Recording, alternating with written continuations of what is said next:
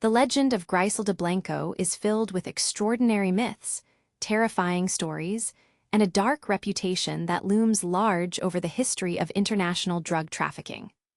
Long before the modern cartels of South America became household names, before the name Pablo Escobar was whispered across borders, there was a woman known by many fearful titles. She was called the Cocaine Godmother, the Black Widow, and the Queen of Miami. To the law enforcement officers who eventually tracked her across nations, she was a criminal mastermind whose cold calculation matched the worst monsters of the underworld. To the people who crossed her, she was a harbinger of sudden, unannounced death. But behind the sensationalized headlines, the cinematic portrayals, and the dark folklore lies the true story of a human being shaped by extreme adversity, relentless ambition, and a world that offered very few paths to survival. To understand the myth, one must first look at the vast gap between the caricature and the reality. In popular culture, Griselda Blanco is often depicted as an untouchable queen sitting atop a mountain of cash and white powder, ruling her empire with an iron fist and a completely emotionless heart. Stories circulated about her extravagant tastes, her gold-plated firearms, and her absolute disregard for human life. While many of these stories contained a terrifying core of truth, they often obscured the complex human architecture that built her empire from the ground up. She was not born into wealth or power. She did not inherit a criminal network or benefit from elite connections. Instead, she rose from the most desperate corners of Colombian society, using every ounce of her cunning, her resilience, and her capacity for ruthlessness to carve out a space for herself in a man's world. The Colombia of Griselda's early years was a landscape scarred by poverty, social upheaval, and systemic violence. It was a society where traditional structures were crumbling, and where ordinary people struggled simply to find enough food to eat from one day to the next. For a young girl growing up in these punishing conditions, the world was a hostile place that demanded constant vigilance. There was no safety net, no legal recourse for the impoverished, and no gentle way to escape the trap of destitution. In this brutal environment, children learned harsh lessons about power and survival long before they reached adulthood. They saw firsthand how the powerful preyed upon the weak and how money meant the difference between life and slow starvation. These formative experiences planted the seeds of a fierce, unyielding drive that would eventually propel Griselda onto the international stage. As she transitioned from a struggling child into a hardened young woman, Griselda developed an acute understanding of human psychology. She realized early on that in the world she inhabited, weakness was a fatal flaw. To survive, one had to command respect, instill fear, and never show vulnerability. This realization became the cornerstone of her entire existence. She studied the men around her, observing their mistakes, their hubris, and their vulnerabilities. While many around her relied solely on brute force, Griselda combined physical intimidation with sharp intelligence and strategic thinking. She understood how to manipulate situations, how to build alliances of convenience, and how to eliminate threats before they could materialize. The journey from the slums of Colombia to the glittering, sun-drenched streets of Miami was not a simple leap. It was a grueling ascent through successive layers of the criminal underworld. Long before she began moving tons of cocaine across international borders, she had to navigate the treacherous waters of petty crime, local gangs, and regional smuggling rings. Each step of the way taught her new lessons about supply chains, logistics, and the art of evasion. She learned how to launder money, how to bribe officials, and how to command loyalty from men who were accustomed to following only their own rules. By the time she set her sights on the lucrative American market, she was no longer just a participant in the criminal economy. She was a fully formed strategist ready to transform the trade forever.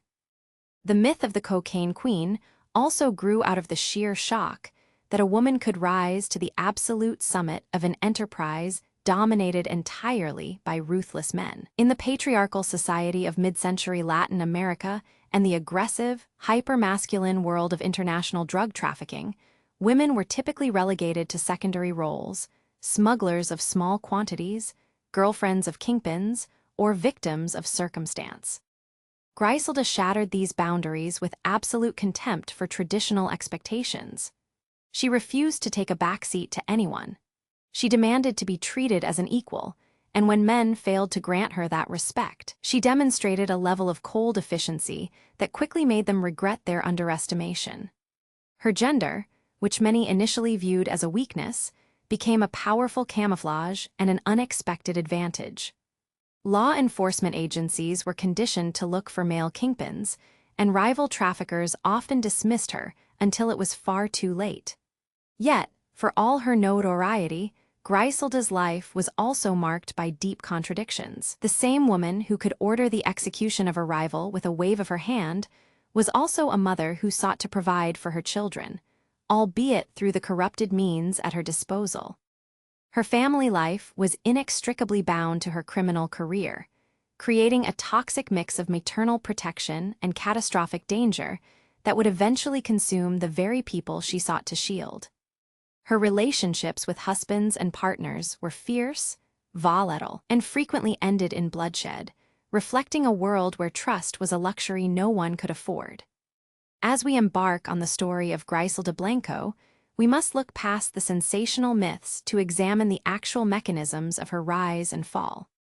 Her life is a window into a turbulent era of modern history, an era defined by the explosive growth of the global drug trade, the corruption of institutions, the blinding allure of wealth, and the heavy toll of unchecked ambition. From the dusty streets of her youth to the opulent mansions of Miami and the tragic, violent twilight of her years, her journey remains one of the most compelling and cautionary tales of the 20th century.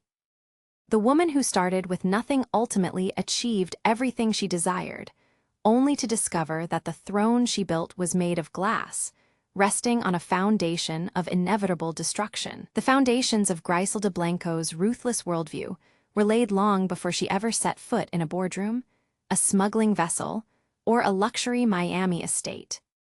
Born in Cartagena, Colombia, in 1943, her early years were steeped in the harsh realities of a nation racked by profound economic disparity and relentless political upheaval. While official records from that era are often fragmented or obscured by the shifting tides of local record-keeping, the socioeconomic landscape of mid-century Colombia is a matter of clear historical record. It was a country characterized by stark divisions between an impoverished rural and small-town underclass and a wealthy, entrenched elite. For a young girl entering the world during this turbulent epoch, survival was not a guarantee. It was a daily struggle that required cunning, resilience, and an early shedding of childhood innocence. During Griselda's childhood, her family moved to Medellin, a city that would later become synonymous with the rise of the international cocaine trade. At the time of her arrival, Medellin was undergoing rapid industrialization and urban expansion, drawing thousands of displaced families from the countryside who were fleeing rural poverty and the sweeping political violence known as La Violencia. This decade-long civil conflict between the liberal and conservative parties left deep scars across the Colombian landscape, claiming hundreds of thousands of lives and shattering traditional community structures. Cities like Medellin swelled with desperate populations living in sprawling, unpaved shantytowns clinging to the steep mountain slopes surrounding the urban center. These neighborhoods lacked basic sanitation, reliable electricity, and institutional support, creating an environment where formal law enforcement had little presence and survival belonged entirely to the resourceful and the strong. Growing up in these punishing conditions, Griselda experienced destitution firsthand. Her mother, Ana Lucia Restrepo, struggled to find stable employment and provide regular meals for her daughter in a society that offered few economic opportunities for single mothers. In the tight-knit, fragile communities of the Medellin slums, children were thrust into the responsibilities of adult life at an astonishingly early age. There was no safety net to catch those who fell behind. Young Griselda watched as neighbors and peers navigated the daily indignities of extreme poverty, where a single stroke of bad luck could mean the difference between having a roof overhead and sleeping on the dirt. These formative observations planted the seeds of a deep-seated determination to escape her circumstances by any means necessary. She learned very early that wealth and power were the only true shields against the humiliations of hunger and social irrelevance. As she grew older, the streets of Medellin offered a harsh education in human behavior and the mechanics of power. Without formal education or institutional guidance, Griselda turned her sharp intellect toward observing the world around her. She noticed that the conventional rules of polite society did not apply in the slums, where formal laws were often viewed as distant abstractions enforced only when convenient. Instead, order was maintained by local strongmen, street gangs, and informal networks of individuals who controlled scarce resources through intimidation and muscle. In this arena, weakness was a fatal liability. A child who showed fear or hesitation became an immediate target for exploitation. To endure this hostile ecosystem, Griselda developed an acute sense of situational awareness and an emotional armor that kept her inner thoughts strictly hidden from view. Historical accounts of her youth indicate that she did not wait passively for a better life to arrive. Long before she became a transnational criminal mastermind, she engaged in petty hustles, street-level trading, and survival crimes common to impoverished youths in Latin American cities of that era. These early illicit activities were not born out of a grand criminal vision, but out of the immediate, pressing need to secure money and food. Through these minor transgressions, she gained a practical understanding of how illegal markets operated at the lowest levels. She learned how to move goods without attracting the attention of local authorities, how to read the intentions of potential adversaries, and how to negotiate transactions in environments where trust was scarce. Every petty theft or illicit trade served as a building block, sharpening her instincts and expanding her tolerance for risk. Moreover, the environment of her youth fostered a profound distrust of traditional authority figures. The police and local officials in the impoverished districts of Medellin were frequently viewed by residents not as protectors, but as corrupt enforcers of a system that marginalized the poor. Bribery, extortion, and arbitrary coercion were everyday facts of life. Griselda observed how easily officials could be manipulated or bypassed with the right combination of cunning and cash. This early cynicism regarding legal institutions would later inform her sophisticated approach to corruption when she built her international empire. She understood that laws were flexible instruments and that those who commanded capital could effectively purchase immunity or cooperation. Within her own household, the atmosphere was fraught with tension and instability. The absence of a stable father figure and the constant pressure of financial desperation meant that family life offered little sanctuary from the harshness of the outside world. Griselda had to rely on her own wits to navigate personal relationships, recognizing that depending too heavily on others was a dangerous vulnerability. This early self-reliance hardened into an unyielding ambition.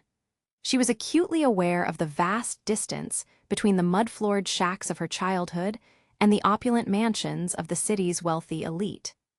Rather than accepting this disparity as her permanent station in life, she resolved to bridge that gap, regardless of the ethical boundaries she would have to cross. The Colombia of the 1950s was rapidly transforming, and the burgeoning black markets provided alternative pathways for ambitious individuals who refused to remain trapped in generational poverty. Smuggling contraband, ranging from electronics and foreign goods to early illicit substances, was becoming a lucrative enterprise in various regions of the country. These regional smuggling rings operated beyond the reach of state regulators, laying the technical and logistical groundwork for the massive drug cartels that would emerge a couple of decades later. Griselda's immersion in the street culture of Medellin placed her squarely within the orbit of these informal economies. She began to associate with older, more experienced criminals who were engaged in petty smuggling and local protection rackets, absorbing their operational tactics while evaluating their mistakes. Her capacity to remain composed under pressure became one of her most effective survival tools. In a world where sudden outbursts of violence could erupt over minor disputes, individuals who lost their heads often ended up dead or imprisoned. Griselda cultivated a cool, calculating demeanor, learning to mask her intentions behind a quiet exterior while she assessed every angle of a situation. She saw how male criminals often let their egos and hot tempers dictate their actions, leading to careless mistakes and premature downfalls. By contrast, she approached survival with strategic patience, watching, waiting, and striking only when the odds heavily favored her success. This early chapter of her life also cemented her determination to reject the traditional roles assigned to women in mid-century Colombian society. In conservative households and impoverished neighborhoods alike, young women were expected to be submissive, domestic, and dependent on male relatives for financial support. Griselda showed a profound contempt for these limitations. She had no desire to live a life of endless drudgery, endless domestic subordination, and quiet suffering. Her ambition was vast, stretching far beyond the narrow horizons of the Medellin slums. She viewed her gender not as a permanent handicap, but as a challenge to be overcome, and ultimately, as a useful camouflage that would allow her to maneuver unnoticed through a world dominated by men. The transition from a struggling child in the slums to a hardened young woman navigating the edges of organized crime marked the definitive end of her formative years. The lessons absorbed during this period, the necessity of absolute self-reliance, the utility of strategic violence and intimidation, the flexibility of laws, and the relentless drive to escape poverty formed the psychological architecture of the future queenpin. She had survived an environment that swallowed many others whole, and in doing so, she had forged an iron will. The poverty and violence of her youth did not break her. Instead, they equipped her with the survival skills and the cold ambition required to conquer a much larger, more dangerous world. As she stood on the threshold of early adulthood, Griselda was ready to step out of the shadows of the Medellin slums and into the wider criminal underworld. The survival instincts honed in the alleys and shanty towns would soon be tested on a grander scale as she entered into marriages and partnerships that further entangled her in organized crime. The foundation had been poured, and the young woman who had known only struggle was prepared to seize whatever power she could extract from a fractured society. Her early life remained a secret well she drew from in times of crisis, a constant reminder of what lay on the other side of failure and why she could never afford to show weakness again. The transition from the desperate alleys of Medellin into the darker, more organized currents of Colombian crime did not happen through sudden rebellion, but through the practical choices of a young woman seeking security and power. As Griselda Blanco stepped further into early adulthood, she realized that individual survival on the streets had severe limitations. True protection and financial advancement required alliances, and in the underworld of mid-century Colombia, alliances were most securely forged through strategic relationships and marriage. For a young woman determined to rise above her impoverished origins, romance and criminal ambition became inextricably linked, forming the dual engine that would drive her deeper into the syndicates operating in the shadows of society. Her first significant entry into this world began with relationships that bridged the gap between ordinary street life and professional criminality. Historical records and biographical accounts indicate that during her late adolescence, Griselda became involved with men whose primary livelihoods revolved around petty theft, document forgery, and local smuggling rings. These early partners were not masterminds of transnational cartels. Rather, they were low-level operators who greased the wheels of Colombia's burgeoning black market. For Griselda, these unions served a dual purpose. They offered a degree of immediate financial relief from the crushing destitution of her youth, and more importantly, they provided an insider view into how criminal enterprises functioned beyond the single-person hustle. Through these early partnerships, Griselda began learning the intricate mechanics of illegal logistics. She observed how small-scale contraband, ranging from smuggled electronics and foreign textiles to forged immigration and identity papers, moved through checkpoints and found its way to eager buyers in urban centers. In a country where state institutions were weak and bureaucratic corruption was a standard cost of doing business, these informal distribution networks formed the backbone of alternative commerce.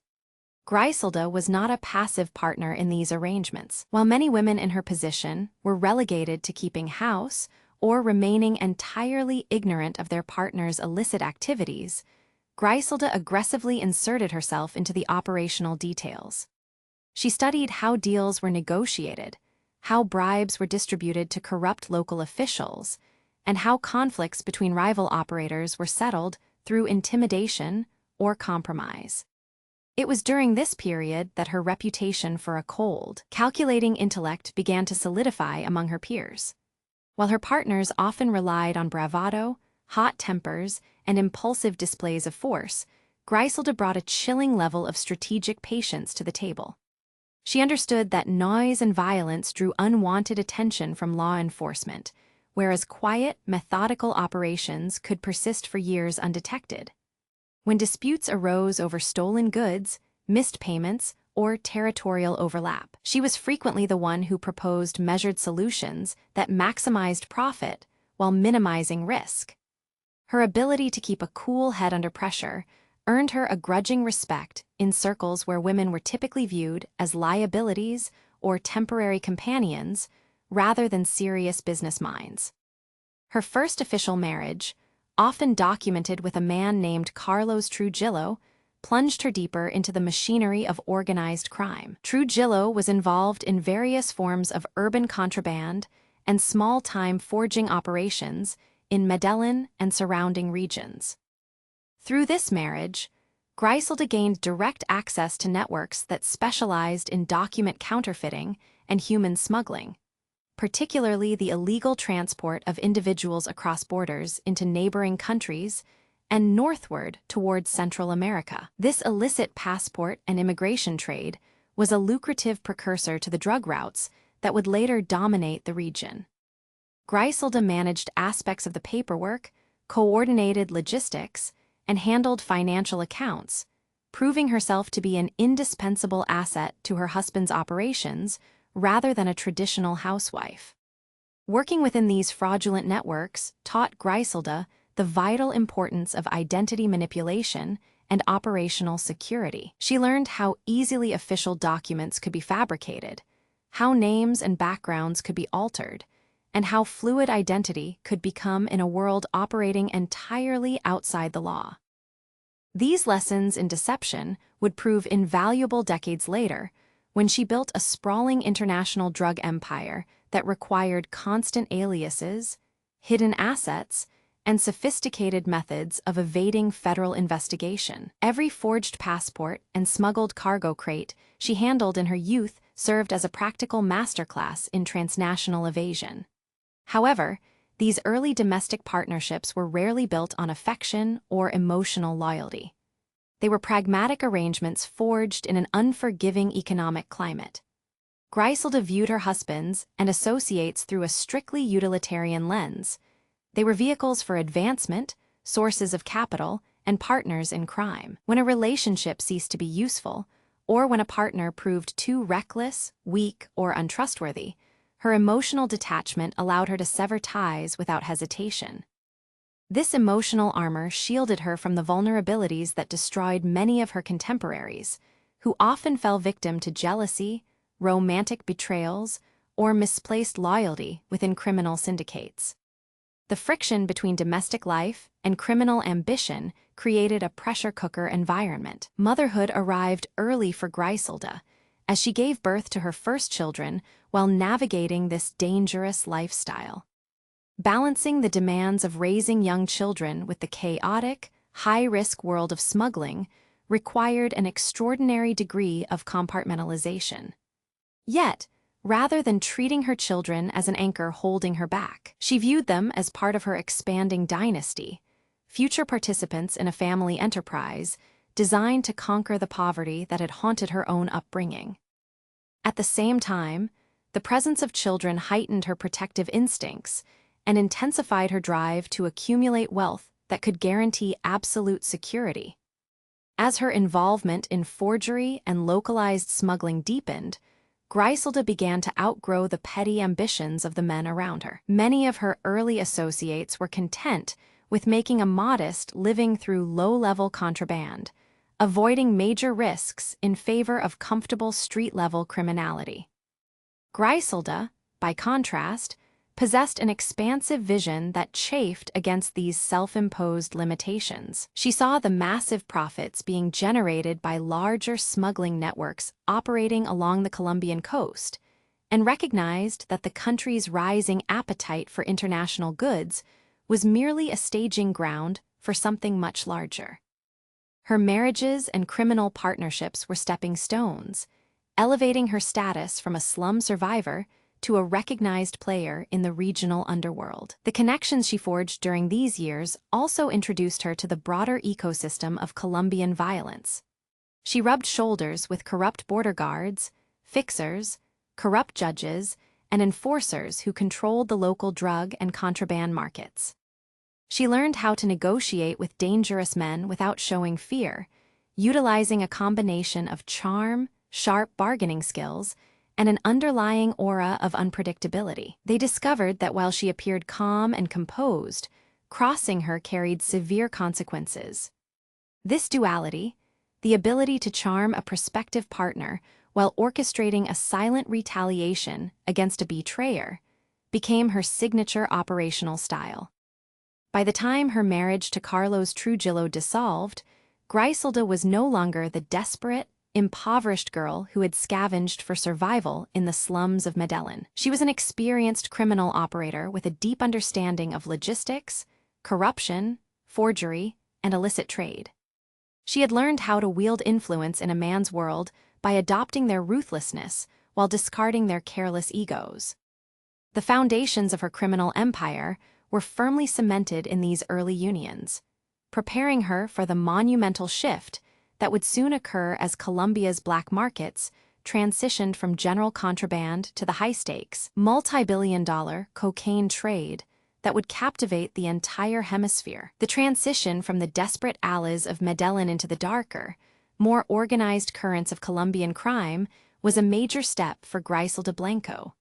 But the true turning point in her life, the moment that would eventually make her a global criminal legend, happened when she met a man named Alberto Bravo. Alberto was not a common street thief or a small-time forger like her previous partners. He was a smooth, well-dressed, and highly ambitious smuggler with deep connections in the emerging drug trade. When Griselda and Alberto joined forces, it was more than just a romantic relationship. It was a perfect business merger.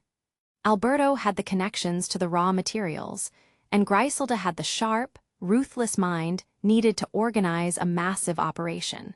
Together, they would change the history of international drug smuggling forever.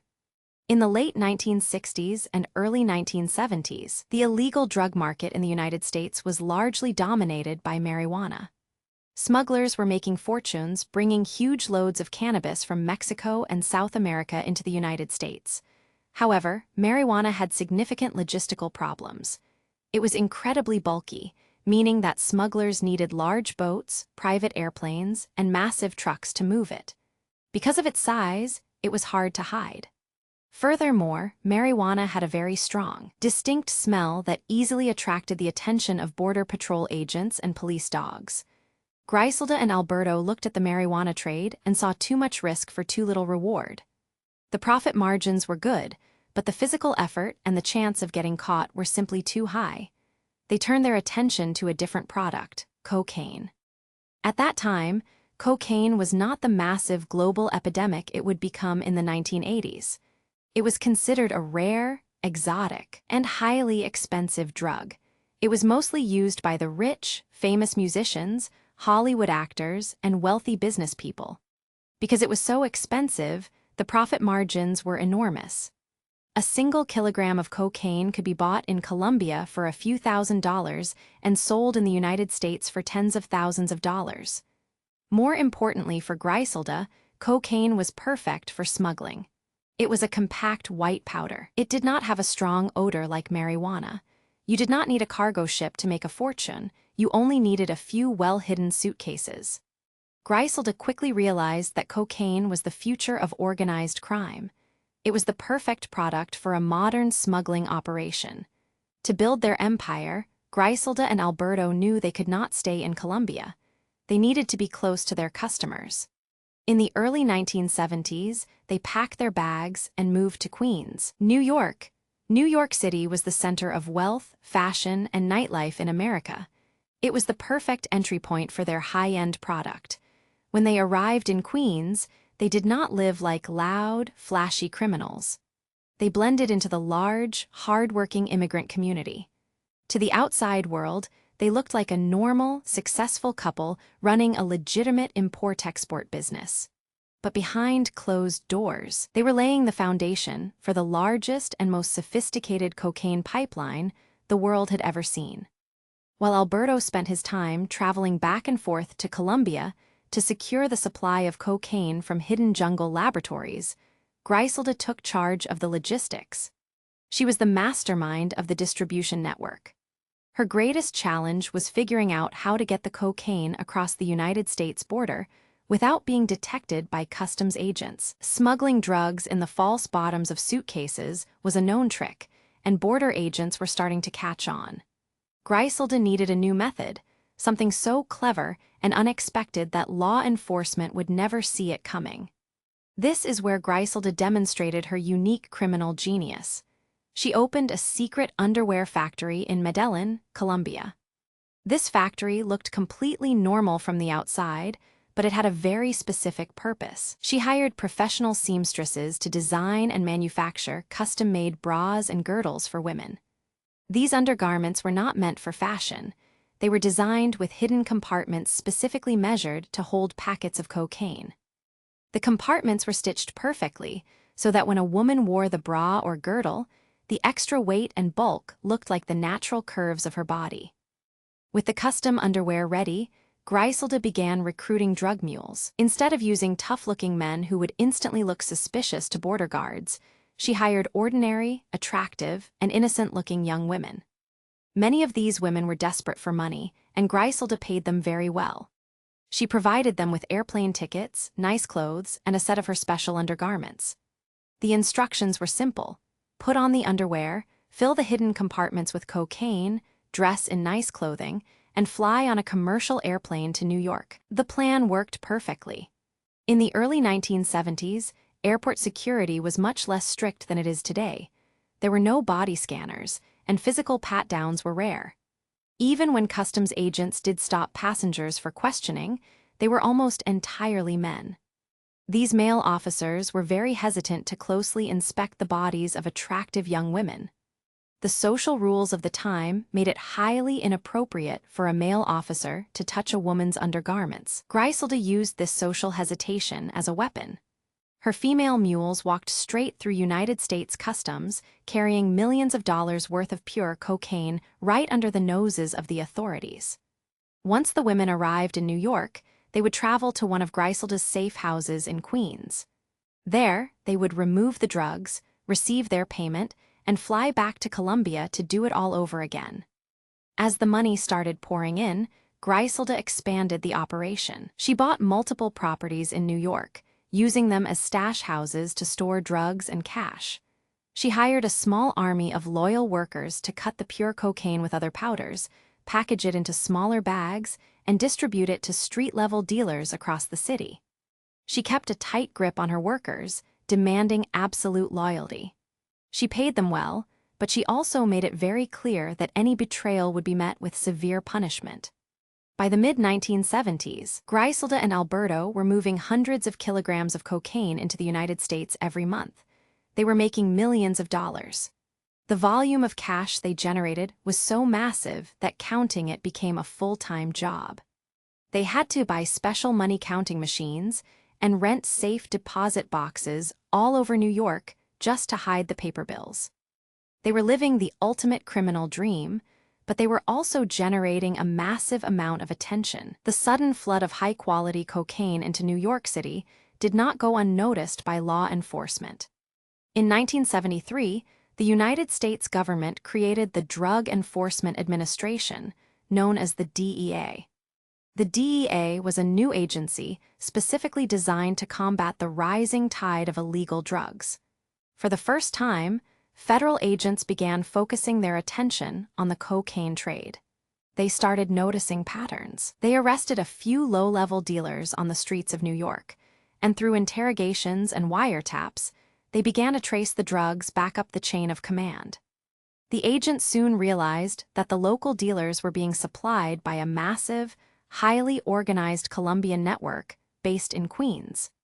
This investigation became known as Operation Banshee. It was one of the earliest and most significant federal investigations into the Colombian cocaine trade. The DEA spent months gathering evidence, tapping phones, and following Griselda's associates. The agents were shocked by the scale of the operation. They had never seen a drug network so well organized and so profitable. In April 1975, the government was finally ready to act. A federal grand jury in New York handed down a massive indictment, charging Alberto Bravo, Griselda Blanco, and more than 30 of their associates with federal drug trafficking crimes. It was the biggest cocaine case in United States history up to that point. However, Griselda always seemed to be one step ahead of the law. Just before the DEA agents kicked down the doors of her Queen's safe houses to arrest her, Griselda and Alberto received a warning. They immediately packed their bags, abandoned their New York properties, and fled the country. They managed to board a flight back to Colombia right before the federal agents could put handcuffs on them. They had escaped the American justice system, but their return to Colombia would trigger the most violent and defining moment of Griselda's life. Back in the safety of Colombia, Griselda began to review the financial accounts of their criminal empire. The New York operation had been shut down by the police, but they had still made many millions of dollars over the previous years. As she looked closely at the books, Griselda discovered a terrible truth. Millions of dollars were missing. The profits from the cocaine sales did not match the cash that was supposed to be in their hidden accounts. Griselda was a brilliant businesswoman, and she knew instantly that someone was stealing from her. Her suspicion quickly turned to the only person who had the power and access to hide that much money: her husband, Alberto Bravo. Alberto was in charge of the Colombian side of the business, managing the laboratories and the initial transportation. Griselda became convinced that Alberto and his brothers had been secretly skimming profits from the top, stealing millions of dollars from their shared empire. For Griselda, this was the ultimate betrayal. She had built the distribution network. She had invented the underwear smuggling method. She had taken the risks in New York. To have her own husband steal the rewards of her hard work was something she could not forgive. The tension between the couple reached a breaking point. In April 1975, shortly after they fled New York, Griselda arranged to meet Alberto at a dark parking lot outside a nightclub in the city of Bogotá. The meeting was supposed to be a discussion to settle their financial disputes, but both of them knew it would likely end in violence. Alberto arrived with several of his armed bodyguards. Griselda arrived with her own loyal gunmen. The atmosphere in the parking lot was incredibly tense. Griselda confronted Alberto about the missing millions. She demanded the money and accused him of betrayal. Alberto, a proud and dangerous man, insulted her and denied the accusations. The argument escalated quickly from angry words to physical threats. According to historical accounts and underworld legends, Griselda did not wait for Alberto to make the first move. She pulled a pistol from her jacket and opened fire. A chaotic and bloody shootout erupted in the parking lot. Alberto's bodyguards fired back and Griselda's men returned fire. In the hail of bullets, Alberto Bravo was shot in the head and the stomach. He fell to the ground, dead. Griselda did not escape unhurt. She was shot in the stomach during the crossfire. However, her injuries were not fatal. She was rushed to a secret doctor by her loyal men and eventually recovered from her wounds. 6 of Alberto's bodyguards were also killed in the brutal gunfight. This violent confrontation in the Bogotá parking lot changed everything. By killing her own husband and business partner, Griselda seized absolute, total control of the entire smuggling empire. She no longer had to share power or profits with anyone. The murders also sent a terrifying message to the rest of the Colombian underworld. If Griselda Blanco was willing to shoot her own husband in the face over stolen money, there was absolutely nothing she would not do to protect her business. It was after this event that the media and the criminal underworld gave her the dark nickname that would follow her for the rest of her life, the Black Widow. Griselda was now the undisputed queen of the cocaine pipeline. She had the money, she had the smuggling routes, and she had a reputation for extreme, ruthless violence that made grown men tremble. But she knew that she could not stay in Colombia forever. The American market was simply too profitable to ignore. New York was too hot with DEA agents looking for her, so she needed a new base of operations. She needed a city with a major port, a growing immigrant population, and a location closer to Colombia. As she recovered from her gunshot wounds, Griselda set her sights on a sunny, humid city in Florida. The pipeline was about to move south, and Miami would never be the same. With the blood of Alberto Bravo and his men still fresh in the streets of Bogotá, Griselda Blanco was ready for her next great move. She had survived the shootout, healed from her gunshot wound, and seized total control of the family's remaining wealth and smuggling contacts. But Colombia was too small for her ambition, and New York City was still crawling with federal agents who wanted to put her behind bars. She needed a new gateway into the United States, a place where the weather was warm, the coastlines were wide open, and the local authorities were not yet prepared for the massive storm that was about to hit them. She chose Miami, Florida. In the late 1970s, Miami was a very different city than it is today. It was a bustling, sun-drenched coastal town, popular with retirees, tourists, and vacationers.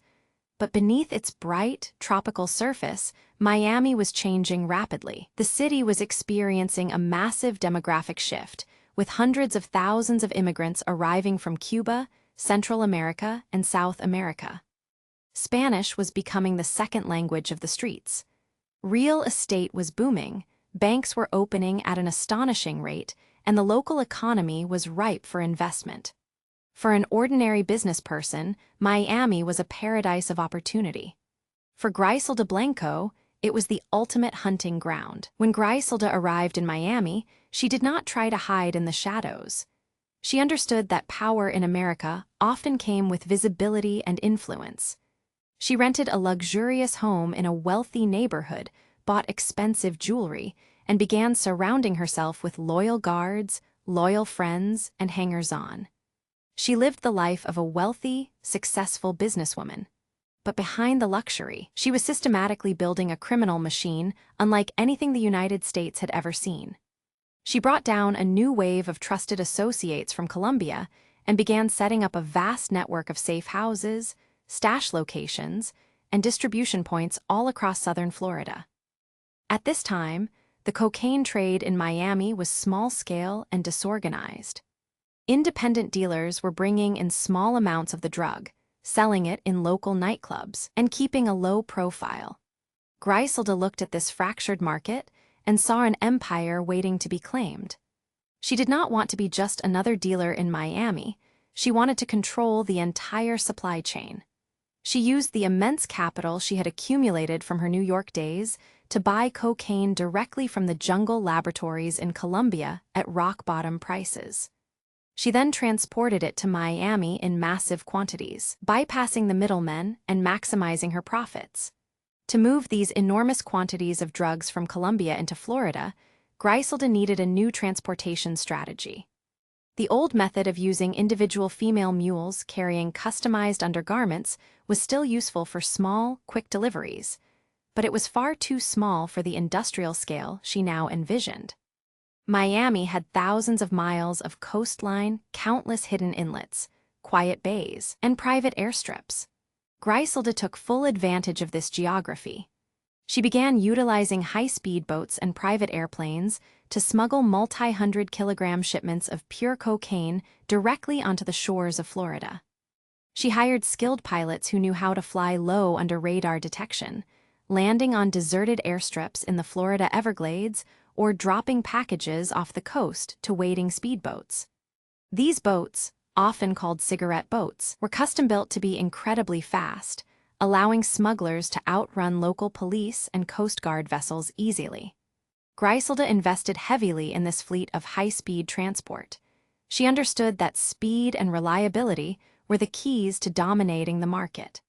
While other criminal groups were struggling to bring in a few kilos at a time, Griselda was bringing in tons.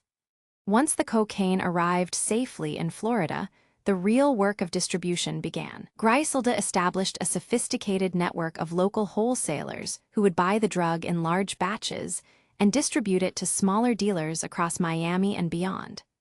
She demanded total loyalty from everyone who worked for her. She set up strict rules, precise record-keeping systems, and an internal security protocol to ensure that no one was stealing from her or talking to the police. Her background as a meticulous organizer in New York paid off. Her Miami operation ran like a well-oiled corporate machine, but one powered by millions of dollars in illegal cash. The sheer volume of money generated by Griselda's Miami empire was staggering. Suitcases filled with cash were delivered to her homes and offices on a daily basis. The local banks in Miami were suddenly flooded with millions of physical dollars. In fact, financial records from that era showed that banks in Miami had a massive surplus of physical cash, far more than any other city in the United States, largely driven by the explosive growth of the cocaine trade. Griselda used this money to buy more properties, bribe officials, and expand her sphere of influence. She purchased luxurious cars, fine art, and expensive clothing, establishing herself as a dominant figure in the upper echelons of Miami's underworld. However, money and luxury were only part of her strategy. Griselda knew that in the ruthless world of international drug trafficking, power was maintained through intimidation and fear. As her empire grew, she encountered other criminals, rival smugglers, and independent dealers who wanted a piece of her territory. Instead of negotiating or sharing power, Griselda relied on her trademark brutality. She established a dedicated team of enforcers, killers who answered directly to her and carried out executions without hesitation. Anyone who crossed her, failed to pay a debt, or threatened her business was dealt with swiftly and violently. One of the most famous tactics associated with Griselda's enforcers during this era was the use of motorcycle assassins. Instead of traditional drive-by shootings using cars, her hitmen would ride up alongside a target's vehicle on a motorcycle, pull out a firearm, shoot the victim through the window at point-blank range, and speed away into the heavy Miami traffic where police could not follow them. This method became a signature of the cocaine wars in Miami and added immensely to Griselda's growing, terrifying reputation. People whispered her name with a mixture of awe and absolute dread. Despite the rising violence and the growing attention from local law enforcement, Griselda continued to expand her operations. She became known to her associates as the Godmother and to the public as the cocaine cowboy leader, though her true status was often hidden behind layers of middle managers and front businesses. She was not just participating in the Miami drug boom, she was actively creating it. She transformed Miami from a sleepy resort town into the violent, high-stakes drug capital of the world, setting the stage for an era of unprecedented bloodshed and wealth that would define a generation. The transition of Miami from a quiet coastal paradise into a violent battleground did not happen overnight, but by the late 1970s and early 1980s, the transformation was absolute. Griselda Blanco found herself right at the epicenter of this unprecedented cultural and criminal shift. The city had become a magnet for ambitious outlaws, corrupt businessmen, displaced revolutionaries, and hardened criminals from all over Central and South America. They all converged on South Florida to cash in on the explosive demand for cocaine. This crowded, high-stakes environment created a volatile ecosystem where fortunes were made and lost in a single day, and where life was cheap. Griselda was no longer just a clever smuggler operating in the shadows. She was a central architect of an entire era that would forever be remembered in American history as the time of the cocaine cowboys. The phrase cocaine cowboys came to define the flashy, audacious, and heavily armed drug traffickers who ruled the streets of Miami during this period. Unlike traditional organized crime syndicates that preferred to operate with discretion, quiet intimidation, and hidden webs of corruption, the traffickers of the Miami drug boom often flaunted their wealth and power openly. They drove expensive European sports cars, wore heavy gold chains and Rolex watches encrusted with diamonds, and threw lavish parties in sprawling waterfront mansions. Griselda Blanco fit right into this extravagant subculture, while also maintaining a level of ruthless discipline that set her apart from her peers. She understood the flashiness of the scene, but she never let the luxury distract her from the brutal realities of the trade. As the volume of cocaine flooding into Miami increased exponentially, the market began to saturate. With so much product arriving from Colombia, prices fluctuated, and competition among rival trafficking organizations grew fierce.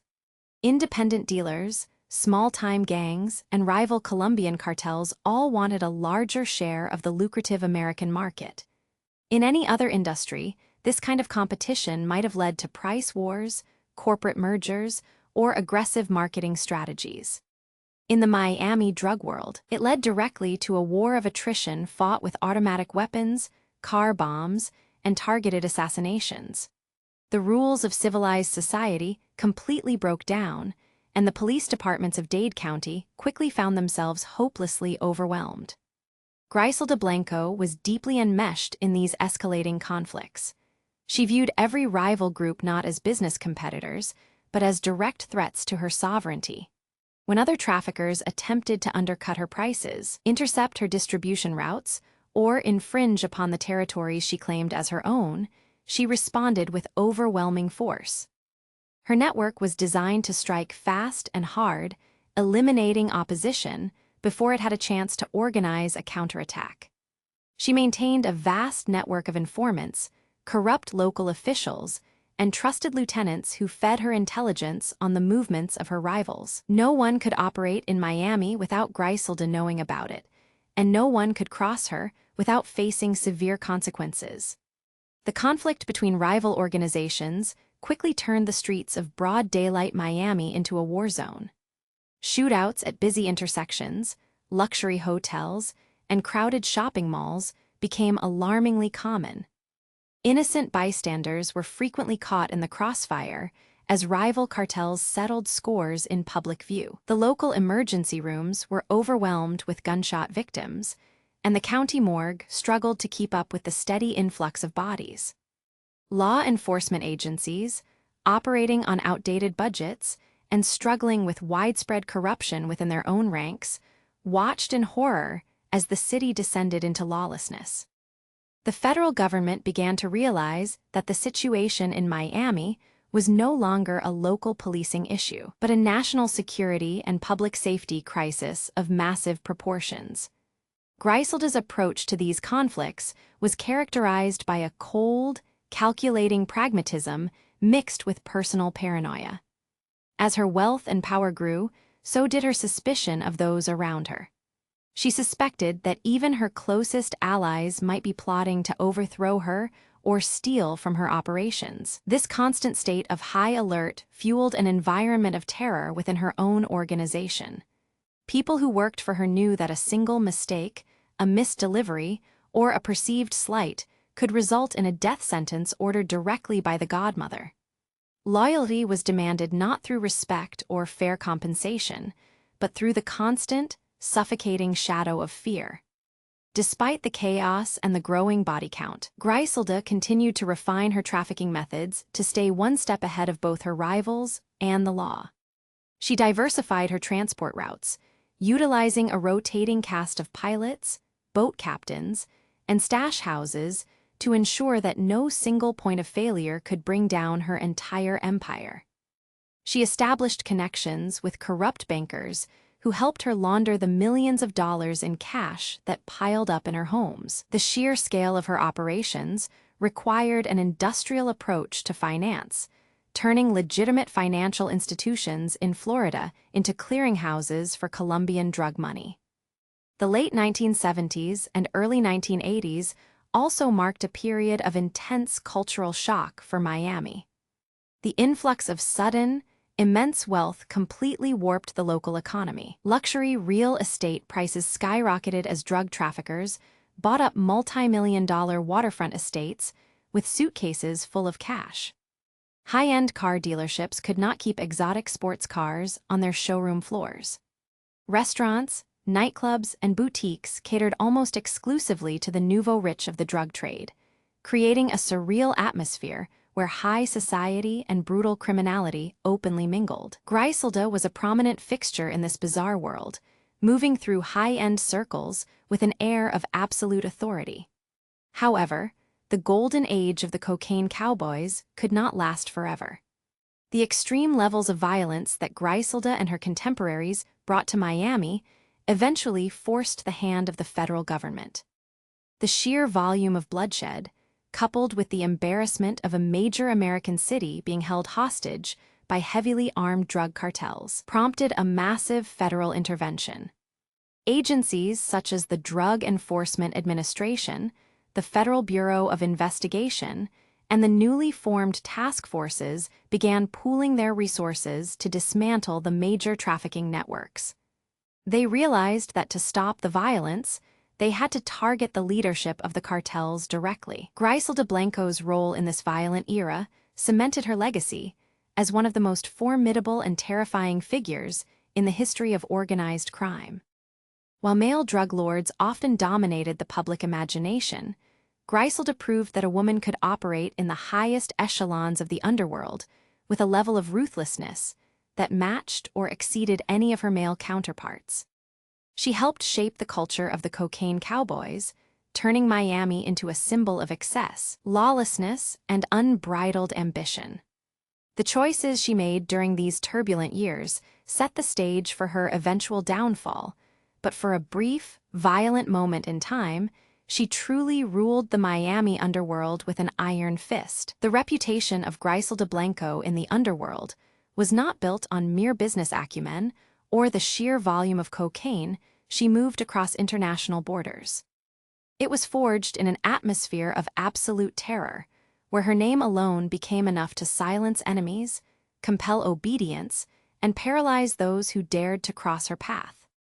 As she consolidated her power in Miami during the late 1970s and early 1980s, Griselda carefully cultivated a public persona that combined the allure of immense wealth with the terrifying unpredictability of a ruthless tyrant. She was known to her associates, rivals, and subordinates alike as the Godmother, a title that carried both deep respect and a chilling sense of dread. In a criminal ecosystem populated by some of the most violent men of the 20th century, Griselda stood out not because she avoided brutality, but because she mastered it, utilizing fear as her primary instrument of governance and control. To understand the reign of the Queen of Fear, one must examine how she handled perceived slights, debts, or betrayals within her vast network. In traditional business settings, disputes are settled through contracts, negotiations, or legal arbitrations. In Griselda's world, a disagreement or a failure to deliver a shipment on time almost invariably led to severe retribution. She did not tolerate mistakes, and she viewed any challenge to her authority as an existential threat that required a definitive and public response. Her enforcers and hitmen operated with a chilling efficiency, carrying out orders that were designed not just to eliminate a specific individual, but to send an unmistakable message to anyone else who might be watching. The atmosphere surrounding her operations was thick with suspicion, as employees and partners lived under the constant, suffocating weight of knowing that their lives depended entirely on her fickle favor. Over the years, as her notoriety grew, the line between historical reality and sensational folklore began to blur, creating a larger-than-life mythos around the godmother. Popular tales and urban legends circulated through the streets of Miami and the neighborhoods of Medellin, ascribing all manner of bizarre and terrifying habits to her. Stories were told of custom-made jewelry, gold-plated firearms, and elaborate executions designed to instill maximum psychological terror. While law enforcement, investigators, and journalists worked tirelessly to document her actual crimes, the sheer weight of the rumors contributed significantly to her untouchable aura. People whispered about her exploits in hushed tones, often exaggerating the details, but the underlying truth remained undisputed. Griselda Blanco wielded power through intimidation on a scale that few criminals before or since have ever matched. This reliance on fear was not merely an emotional outburst or a loss of temper. It was a calculated strategy of psychological dominance. Griselda understood that in an illegal trade devoid of legal protections or police arbitration, reputation was the only currency that truly guaranteed safety and compliance. If her rivals believed she was capable of unimaginable retaliation, they would think twice before encroaching on her territory or shortchanging her on a drug deal. If her couriers and distributors knew that betrayal meant certain death for themselves and potentially their families, they would remain loyal even under immense pressure from law enforcement. Fear became the cement that held her criminal enterprise together, binding individuals to her service through the sheer terror of what would happen if they broke the bond. However, this heavy reliance on intimidation also sowed the seeds of its own destruction. By ruling through fear rather than shared loyalty or mutual respect, Griselda alienated the very people closest to her. Her husbands, her business partners, and her most trusted lieutenants lived in a permanent state of high anxiety, constantly wondering when they might fall out of favor and become the next target of her wrath. Paranoia became a two-way street. As Griselda suspected everyone around her of plotting against her, those same individuals began actively looking for ways to protect themselves from her unpredictable violence. The culture of fear that made her the undisputed queen of the Miami underworld ultimately eroded the human foundations of her empire, turning her inner circle into a viper's nest of suspicion and self-preservation. As the bodies piled up and the violence surrounding her organization drew intense scrutiny from federal investigators, Griselda's public image as the Queen of Fear reached its zenith. Newspapers and television reports sensationalized her exploits, dubbing her with various monikers that highlighted her unique position as a female kingpin in a heavily male-dominated criminal world. Yet behind the sensational headlines and the terrifying reputation lay a woman who was increasingly isolated by her own methods. The fear she projected kept her enemies at bay for a time, but it also ensured that when the authorities finally closed in, she would find herself surrounded by distrustful allies and informants eager to trade information for their own survival. The myth of the godmother had grown larger than life, but the reality of her reign was rapidly approaching a turbulent and inevitable reckoning. The transition from an ambitious trafficking operation into an isolated, family-run syndicate brought unique vulnerabilities to Griselda Blanco's empire. While she had always relied on close relatives to manage sensitive aspects of her business, the integration of family dynamics into the ruthless world of the cocaine trade created an extraordinarily volatile environment. Griselda trusted few individuals outside her immediate bloodline, believing that family ties offered the ultimate safeguard against betrayal. She brought her sons, Dixon, Uber, Osvaldo, and Michael Corleone, into various layers of her criminal enterprise as they grew older, grooming them to take on significant responsibilities within the organization. However, involving her children in a world defined by extreme violence, immense wealth, and constant danger exposed them to psychological pressures and legal hazards that would ultimately reshape the trajectory of the Blanco family. Within her marriages and romantic partnerships, the boundaries between personal affection and criminal enterprise were similarly blurred. Griselda's relationships were rarely built on conventional domestic foundations. Instead, they were forged through shared ambitions in the underworld, joint business ventures, and mutual reliance on power. Her marriage to Alberto Bravo, a key figure in her early expansion into international drug trafficking, served as both a romantic partnership and a powerful corporate alliance. Alberto had been instrumental in helping her establish the initial pipelines between Colombia and the United States, utilizing his own criminal contacts to build the network that would later fuel their massive wealth. Yet, as their empire expanded, so did the friction between them. The intense pressure of running a multi-million-dollar operation, combined with ego, conflicting decisions, and suspicions regarding financial control, transformed their partnership into a tense power struggle. The breakdown of trust within her inner circle was not limited to her husbands. As the stakes grew higher and law enforcement pressure intensified, Griselda's associates, lieutenants, and even family members began to feel the suffocating weight of her unpredictable authority. The same absolute loyalty she demanded was increasingly difficult to maintain when individuals realized that a single mistake, or even an unverified suspicion, could lead to severe retribution.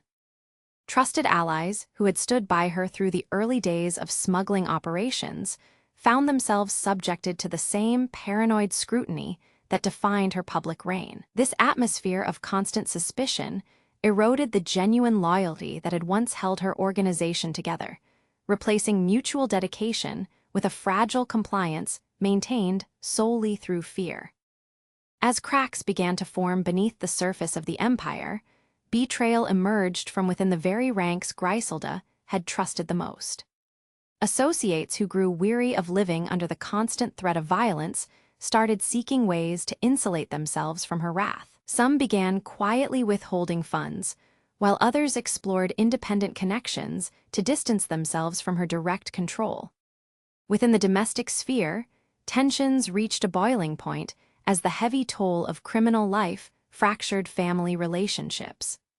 The blending of parent-child dynamics with boss-subordinate hierarchies meant that personal grievances quickly escalated into operational risks. Griselda's sons were exposed to a dangerous lifestyle that robbed them of a normal upbringing, thrusting them into high-stakes criminal activities before they were fully equipped to handle the consequences. The erosion of loyalty within her inner circle became a critical vulnerability as federal and local investigators began tightening their net around the organization. In an illegal enterprise of this magnitude, the loyalty of associates and confidants is often the last line of defense against law enforcement prosecution. When the people closest to a kingpin begin to fear for their own survival more than they fear the boss, the structural integrity of the entire operation collapses from the inside out. Griselda's inability to foster genuine, respectful partnerships, relying instead on dominance and intimidation, meant that when external pressure mounted, her inner circle lacked the foundational solidarity needed to withstand the onslaught. The relationships that were supposed to be her strongest fortress ultimately became the channels through which suspicion, dissent, and strategic vulnerability seeped into her empire, setting the stage for its dramatic unraveling. The inner circle of Griselda Blanco had fractured, and the damage was irreversible. The paranoia that once kept her safe now served to alienate her closest allies, leaving her increasingly isolated as external forces closed in. Law enforcement agencies in the United States, particularly the Drug Enforcement Administration and local police departments in Miami, had spent years watching the bloody rise of the cocaine trade. For a long time, the sheer scale of the operation, combined with a wall of silence enforced by fear, made it nearly impossible to build a solid case against the woman running the network. Investigators struggled to connect the mysterious boss at the top of the supply chain to the mounting violence on the streets of South Florida. Yet, as informants began to step forward, and the web of evidence grew denser, the hunt for Griselda Blanco entered a critical phase. Federal agents realized early on that cracking an organization run by someone as notoriously ruthless as Griselda required patience, specialized intelligence, and inside help. Traditional methods of surveillance were often rendered useless by counter-surveillance tactics employed by her well-funded crew of bodyguards and lieutenants. Her operatives knew how to spot a tail, change vehicles, and use encrypted communication channels long before modern digital tools became mainstream. To pierce this armor, investigators had to look at the weak points created by Griselda herself. The same atmosphere of fear, betrayal, and erratic punishment that alienated her associates also motivated some of them to look for a way out. People who had once considered themselves loyal soldiers began to weigh the risk of a federal prison sentence against the daily threat of sudden elimination by their own boss. The breakthrough in the investigation came through meticulous police work and the cooperation of key witnesses within the drug world. Law enforcement officials pieced together financial records, flight manifests, shipping manifests, and testimony from mid-level smugglers who were eager to strike a deal with prosecutors. Federal task forces, working in coordination with local Miami-Dade detectives, started mapping out the extensive infrastructure of the Blanco pipeline. They traced how raw coca paste was sourced from laboratories in Colombia, transported via clandestine airstrips and maritime vessels, and distributed through a network of safe houses and front businesses across the United States. Every new piece of evidence brought investigators closer to legally tying Griselda to the vast quantities of cocaine flooding American cities. As the investigation intensified, the pressure on Griselda became palpable. Reports from confidential informants indicated that she was aware law enforcement was circling her organization. Rather than retreating or scaling back operations, her response was often defiance mixed with heightened caution. She rotated her residences frequently, using various safe houses across Florida and beyond to avoid detection. She maintained a tight security detail, trusting very few people outside her immediate circle. However, this constant state of vigilance only added to the psychological strain on everyone around her. The margins for error grew razor-thin, and even trusted lieutenants felt the suffocating weight of her suspicion. Investigators also focused heavily on the financial footprint left behind by the massive influx of drug money. Laundering millions of dollars through legitimate businesses, real estate, and shell corporations required a complex network of accountants, attorneys, and financial facilitators. Federal agents subpoenaed bank records and analyzed cash flows, discovering how immense fortunes were funneled through offshore accounts and local institutions. By following the money, authorities exposed the corporate facade of the empire, proving that the drug trade was not just a loose collection of street-level dealers, but a sophisticated, multinational enterprise controlled from the top down. The collaboration between federal agencies and local police departments proved to be a turning point. While local detectives understood the street-level dynamics of the Miami drug wars, federal investigators brought resources, wiretapping capabilities, and interstate jurisdiction that allowed them to track the broader scope of the conspiracy. Task forces pooled their intelligence, holding secret briefings and coordinating operations to ensure that when they finally moved in, there would be no loopholes for high-priced defense attorneys to exploit. As the net tightened, the psychological walls began closing in around the cocaine queen. Every informant who turned state's evidence, every financial document seized by federal auditors, and every operational setback chipped away at the invulnerability she had cultivated for over a decade. The hunt was no longer just about solving individual homicides or seizing drug shipments. It was a comprehensive federal campaign aimed at dismantling one of the most prolific trafficking rings in American history. The stage was set for a dramatic confrontation between the forces of the law and the woman who had ruled the Miami underworld with an iron fist. The long, exhaustive manhunt by federal agents and local detectives finally reached its explosive climax in the early months of 1985. For years, law enforcement agencies had chased ghosts, informants' whispers, and shadows across international borders, struggling to pin down the elusive mastermind pulling the strings of the Miami drug trade. But the walls that Griselda Blanco had meticulously built around herself had begun to crumble under the relentless pressure of federal indictments, witness testimonies, and a financial dragnet that left no escape route open. The moment of reckoning, long anticipated by both the authorities and the terrified underworld she once dominated, was finally at hand. Federal Bureau of Investigation agents and Drug Enforcement Administration officials, working in close coordination with local law enforcement, tracked Griselda to a modest residence in Irvine, California. Believing she could blend into the suburban quiet of the West Coast and escape the intense scrutiny of South Florida, she had relocated, hoping to rebuild her operations far away from the watchful eyes of Miami detectives. Yet, her movements had not gone unnoticed. Law enforcement had intercepted communications, followed financial trails, and relied on critical intelligence provided by former associates who had chosen to cooperate with prosecutors in exchange for leniency.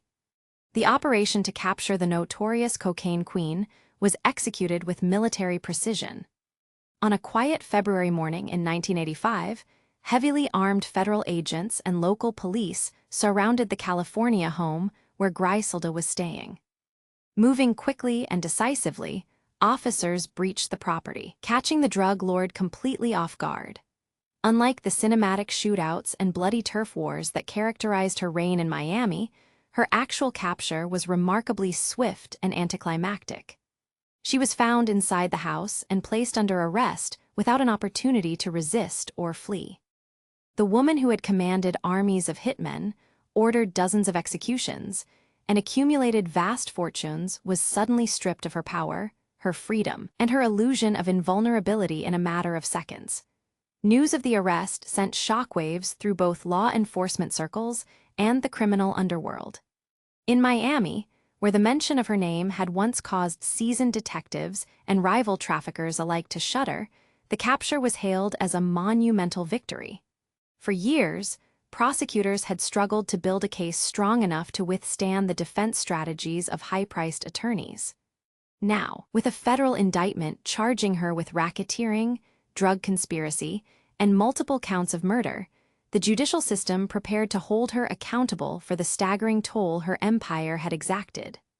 The prosecution that followed was one of the most complex and high-profile drug trials of the era. Federal prosecutors assembled a mountain of evidence, presenting financial records, shell corporation documents, and testimonies from key witnesses who had once served as her most trusted lieutenants.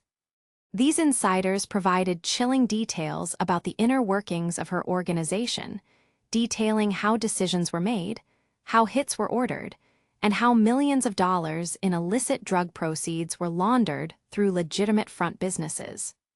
The trial exposed the corporate nature of the modern drug trade, proving that Griselda's enterprise operated with the precision and ruthlessness of a global conglomerate. Despite mounting a vigorous legal defense, the weight of the evidence against Griselda was insurmountable.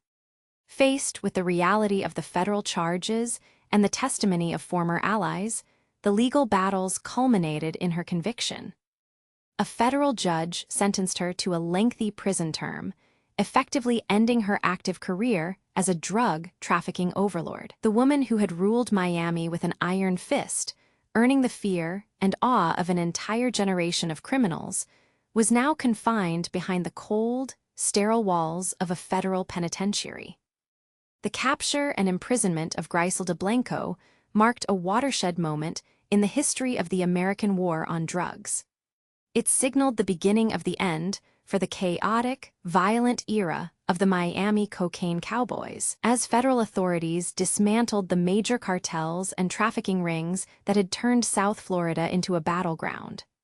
For Griselda, the transition from a life of ultimate luxury, private jets, and violent dominance to a prison cell was absolute. The empire she had spent decades constructing through fear, ambition, and ruthless calculation was gone, leaving behind only the legacy of a criminal reign that forever changed the landscape of international law enforcement and organized crime. The long decades behind bars eventually drew to a close, marking a surreal transition for a woman who had once commanded a ruthless multi-million-dollar empire from the shadows of Miami. Following her federal conviction and subsequent state-level murder charges, Griselda Blanco spent nearly 2 decades incarcerated within the United States prison system. During these long years of confinement, the world outside changed dramatically. The chaotic, neon-lit era of the Miami cocaine Cowboys, an era defined by turf wars, reckless shootouts, and unbridled cartel wealth, had faded into history, replaced by more sophisticated, corporate-style international drug cartels and heavily funded federal task forces that operated with entirely new technologies and tactics. For Griselda, aging within the sterile confines of a penitentiary meant watching her youth, her physical strength, and her absolute dominion slip away, leaving behind only memories of a bygone era of unchecked violence and power. By the early 2000s, health issues, advancing age, and changing legal agreements led to her eventual release from American custody. Rather than remaining in the country where she had committed her most notorious crimes and earned her fearsome reputation, Griselda was deported back to her native Colombia. Returning to the country of her birth after decades away presented an entirely unique set of challenges and adjustments. Colombia in the 21st century bore little resemblance to the turbulent nation she had fled decades earlier. The political landscape had shifted significantly. The major drug syndicates of her youth had been largely dismantled or fractured by relentless government crackdowns and extradition treaties, and a new generation of criminal actors controlled the streets. The name Griselda Blanco, once whispered with a mixture of terror and awe across South America and Florida, now belonged more to urban legend and true crime folklore than to active underworld politics. Upon her return to Medellin, Griselda attempted to maintain a low profile, settling into a quiet existence far removed from the private jets, armed bodyguards, and lavish mansions of her prime. Living as an elderly citizen in her homeland, she tried to navigate a society that had long since moved on from the cocaine boom of the late 20th century. Yet, the shadows of her past were impossible to outrun. Decades earlier, her ruthless decisions, bloody vendettas, and betrayal of numerous associates had generated a massive ledger of unresolved grievances and vengeful enemies. While she sought peace in her twilight years, the families of those she had wronged, as well as surviving rivals who remembered the devastation she inflicted upon their organizations, never forgot what she had done. Her return to Colombia turned her into a living relic of a violent past, a reminder of an era that the country was desperately trying to leave behind. She lived quietly, knowing full well that the immunity granted by time and distance was fragile, and that the debts incurred during her reign as the cocaine queen had never truly been settled. The sun beat down on the brick-paved streets of Medellin in September 2012, casting long shadows across a city that had spent decades trying to reinvent itself. Griselda Blanco, now an elderly woman in her late 60s, walked through her neighborhood with a quiet, guarded demeanor. To the ordinary passers-by and local shopkeepers who occasionally crossed her path, she appeared to be nothing more than a frail grandmother living out her final years in quiet obscurity. Few people recognized the quiet, unassuming woman as the terrifying cocaine queen who had once paralyzed Miami with fear, commanded international trafficking routes, and amassed a fortune built on blood and ambition. Her presence in Medellin was a living relic of a turbulent era, a stark reminder of the darkest days of the global drug trade. Medellin had changed dramatically since the days of Griselda's youth. Once the epicenter of violent cartel warfare, bomb blasts, and unchecked lawlessness during the height of the cocaine boom, the city had evolved. By the early 2010s, urban planners, community leaders, and local authorities had worked tirelessly to transform Medellin into a hub of innovation, modern public transportation, and social progress. New parks, cable cars connecting hillside neighborhoods, and bustling commercial centers replaced the visible markers of the old drug syndicates. Yet, despite these remarkable strides toward modernization and peace, the deep scars of the past remained woven into the city's collective memory. Griselda lived a reclusive life in this changing environment, surrounded by a small circle of family members, attempting to stay entirely detached from the criminal underworld that had defined her entire existence. Yet, it is an immutable truth of the criminal underworld that the past is never truly buried. Decades earlier, during her reign as the undisputed monarch of Miami's cocaine distribution network, Griselda had made countless enemies through ruthless decisions, calculated betrayals, and bloody vendettas. She had ordered the executions of business rivals, former friends, and anyone she perceived as a threat to her empire. In doing so, she generated a massive ledger of unresolved grievances that time could not erase. While she sought peace and anonymity in her twilight years, the families of those she had wronged, as well as surviving figures from the old criminal guard, never forgot the destruction she had caused. The immunity she hoped would come with old age and geographical distance proved to be a fragile illusion. One of the most profound ironies of Griselda Blanco's criminal career lies in the tactical innovation she introduced to the world of contract killing. During the height of the Miami drug wars in the late 1970s and early 1980s, Griselda popularized the use of motorcycle assassins, hitmen riding high-speed motorcycles who could maneuver swiftly through congested traffic, pull alongside a target's vehicle, or walk up to a pedestrian, deliver fatal gunshots, and vanish before law enforcement or security personnel could react. This chilling method became a signature tactic of the Medellin cartels, forever altering the landscape of urban violence. In a haunting twist of historical symmetry, it was precisely this method that would bring her own life to a sudden and violent end. On the afternoon of September 3, 2012, Griselda's life reached its final chapter. Accompanied by a family member, she visited a local butcher shop in the quiet Belen neighborhood of Medellin to run a routine errand. It was an ordinary Monday afternoon, seemingly untouched by the extraordinary violence that had once characterized her daily routine. As she stood inside the establishment, unaware that time had finally run out on her decades of borrowed safety, a motorcycle pulled up outside.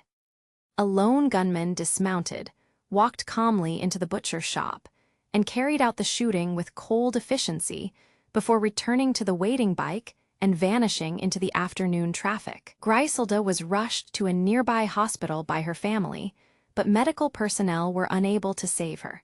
She was pronounced dead at the age of 69. News of her assassination spread rapidly across international media outlets, local Colombian news channels, and law enforcement agencies around the world. For investigators who had spent decades tracking her movements, the news marked the definitive end of an era. The woman who had evaded federal authorities for years, survived multiple assassination attempts in the United States, and endured nearly 2 decades in American prison facilities, had ultimately met her end on an ordinary street corner in the very city where her criminal journey had begun. The assassination closed a major historical loop, demonstrating that the violent forces she had unleashed and mastered throughout her life would ultimately catch up with her. The immediate public reaction in Colombia and the United States was a mixture of shock, morbid fascination, and historical reflection. Commentators and true crime chroniclers analyzed the dramatic trajectory of her life, highlighting how a young girl born into extreme poverty in Cartagena and hardened by the harsh streets of Medellin could rise to become one of the most powerful and feared drug lords in modern history. Her life story became a frequent subject of books, documentaries, television series, and academic studies examining the socio-economic factors that fueled the global cocaine trade. Yet, Beneath the sensationalized pop culture depictions of the cocaine godmother, historians emphasized the devastating human cost of her actions. Griselda Blanco's legacy is defined by contradiction and excess. As a woman operating in an industrial underworld overwhelmingly dominated by ruthless men, she carved out a position of absolute authority not through passive participation, but through an unprecedented capacity for violence, intimidation, and strategic brilliance. She shattered conventional gender roles in organized crime, though she did so by adopting and frequently exceeding the brutality of her male counterparts. Her trafficking operations pioneered logistics routes and smuggling techniques that transformed the scale of the international drug trade, setting a precedent for the massive cartels that would dominate South America in subsequent decades. Furthermore, the trajectory of Griselda Blanco's empire and its eventual dismantling played a crucial role in reshaping international law enforcement cooperation between the United States and Colombia. During the late 1970s and 1980s, American and Colombian agencies often operated with limited coordination, hampered by jurisdictional boundaries, bureaucratic hurdles, and widespread corruption. The unprecedented scale of violence brought to Miami by Griselda and her contemporaries forced governments in both nations to rethink their strategies, leading to enhanced intelligence sharing, stronger extradition treaties, and the establishment of specialized federal task forces dedicated to dismantling transnational cartels. The lessons learned from tracking figures like Griselda fundamentally transformed modern drug enforcement, paving the way for the sophisticated multi-agency operations that would target later generations of cartel leaders. Thus, her criminal career not only defined an era of unprecedented lawlessness, but also catalyzed the institutional evolution of global crime fighting, leaving a legacy that extended far beyond her individual actions and crimes. Beyond the millions of dollars, the luxury properties, and the sensationalized headlines, her actions left behind a staggering trail of human destruction. Countless lives were shattered by the proliferation of cocaine addiction in American cities, and families across both Colombia and the United States suffered the devastating consequences of the turf wars she helped ignite. In Medellin, her death closed a painful chapter of history, reminding citizens of a time when the city was synonymous with lawlessness and fear, while simultaneously highlighting the city's remarkable resilience and transformation into a modern metropolis. Reflecting on her final years and her ultimate demise, historians and criminal justice experts often point to the inescapable nature of a life built on violence. Griselda had spent her entire adult life believing she could outsmart enemies, outrun law enforcement, and rewrite the rules of survival through intimidation. Yet, the very system of swift, anonymous vengeance that she had championed ultimately became the instrument of her undoing. Her death served as a grim punctuation mark on the history of the cocaine Cowboys era, closing the book on a generation of traffickers whose immense wealth and unbridled ruthlessness left an indelible mark on the modern world. As the chapter of her life closed on that September afternoon in Medellin, the world was left to ponder the complex legacy of the cocaine queen. She remains a symbol of the dark allure and catastrophic consequences of the global drug trade. A figure whose extraordinary ambition propelled her to unimaginable heights of power, only to ensure that her final descent would be as violent and absolute as the empire she had once commanded.